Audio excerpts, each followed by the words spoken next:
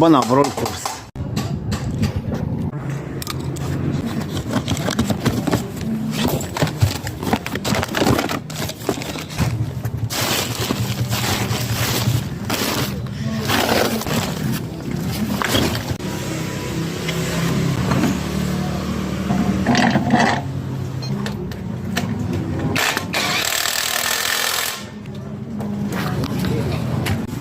السلام عليكم الخوت. اليوم معنا هاد الماكينه سوينغ، لكن هاد السوينغ ضروري خصنا لها واحد العمليه ضروري غتحل تعبر لها الكورس ونشوفوا لا البراكه من كلاص. المهم مسائل كيجي ها المونطو هذا 13.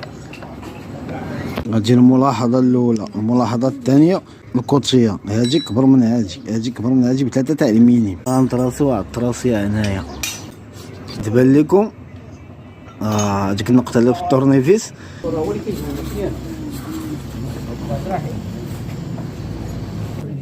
طلع حتى تيطلع البيستون، يعني ما طلعش مزيان. وها الجوانه هو تاع السيلندر كاين، يعني هذا كيعبر 55 في الكورس.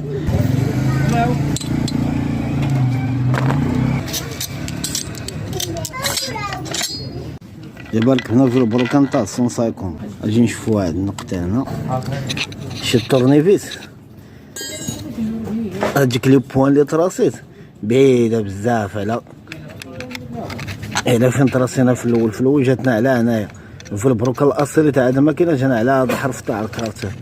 اما هذا يعني هاد الكرسيه هادي كبيره. طبعا نعبروا الكورس.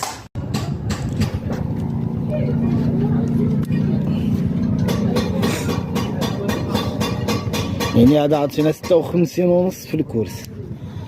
انا هذا في البروكر ما عرفتش عشان الخدمه في الطريق، يعني ديما غيبقى الموتور فاشل، لا من ناحيه الكوتيه صغيره ولا من ناحيه الكورس ناقص فيه. هذا اكزاكت.